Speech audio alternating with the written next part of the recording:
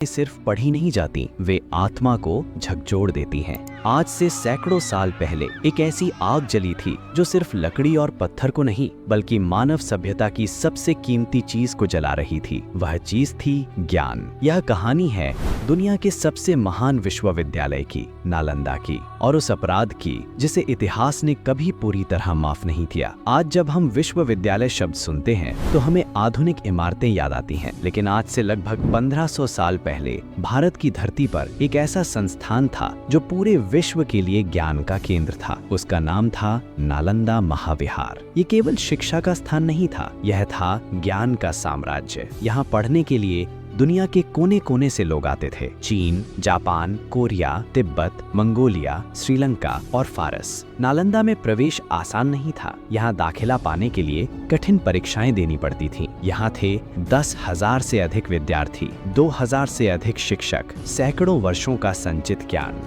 नालंदा का हर आचार्य एक चलता फिरता विश्वविद्यालय था। यहाँ पढ़ाया जाता था गणित, खगोल विज्ञान, आयुर्वेद, शल्य चिकित्सा, तर्कशास्त्र, राजनीति, भाषा विज्ञान और दर्शन।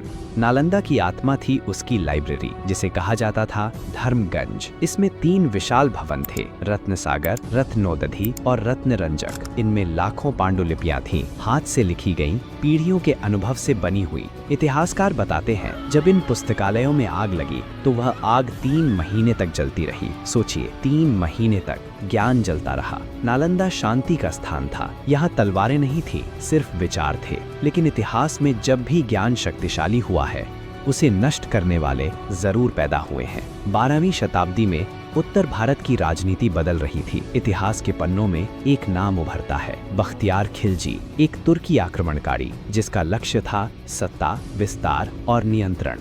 उसे ज्ञान से डर लगता था क्योंकि ज्ञान सवाल पूछता है और सवाल सत्ता को असहज करते हैं। साल था 1193 ईस्वी। बख्तियार खिलजी अपनी सेना के साथ नालंदा पहुंचा। उसने देखा कोई किला नहीं, कोई सैनिक नहीं, सिर्फ शांत भिक्षु और छात्र। उसने पूछा, ये स्थान क्या है? उत्तर मिला, यह विश्वविद्यालय है। उस क्षण इतिहास ने करवट ली। ये कोई युद्ध नहीं था, ये था ज्ञान के खिलाफ युद्ध।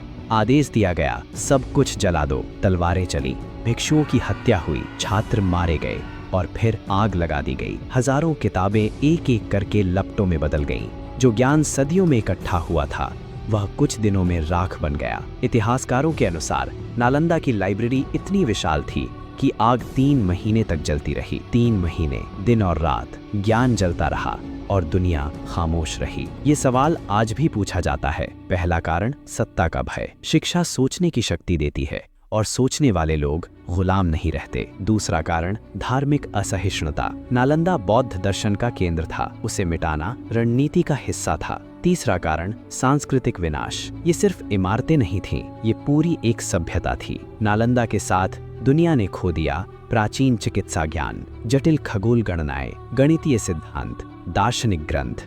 आज जो ज्ञान पश्चिम में नई खोज कहलाता है, संभव है वह कभी नालंदा में पढ़ाया गया हो। नालंदा के नष्ट होने के बाद भारत में बौद्ध शिक्षा लगभग समाप्त हो गई।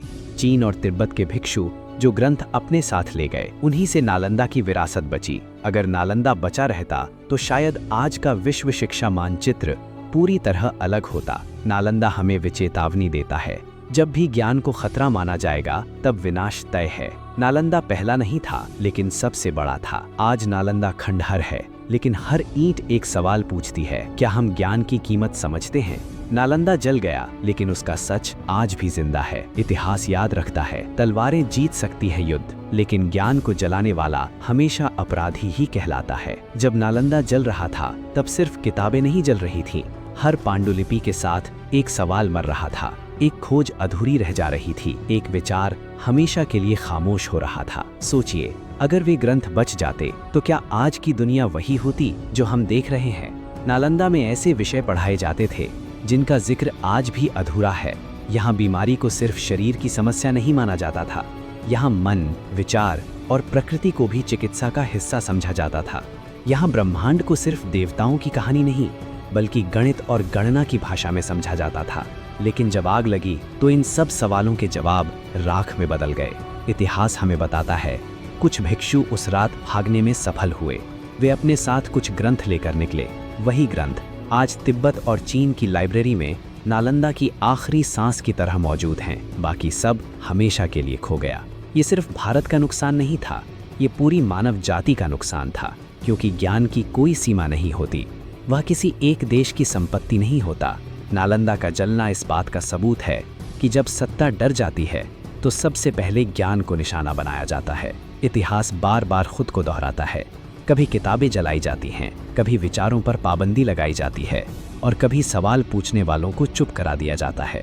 नालंदा हमें यही सिखाता है कि सभ्यता की असली पहचान उसके महलों से नहीं, उसके विचारों से होती है।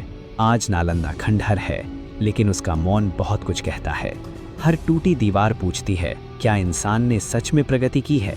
अगर हम आज भी ज्ञान से डरते हैं, अगर हम आज भी सवालों को दबाते हैं, तो फर्क सिर्फ इतना है, आज आग दिखाई नहीं देती। नालंदा जला था ताकि लोग भूल जाएं, लेकिन इतिहास की सबसे बड़ी विडंबना यही है कि सच को जलाया नहीं जा सकता। दोस्तों,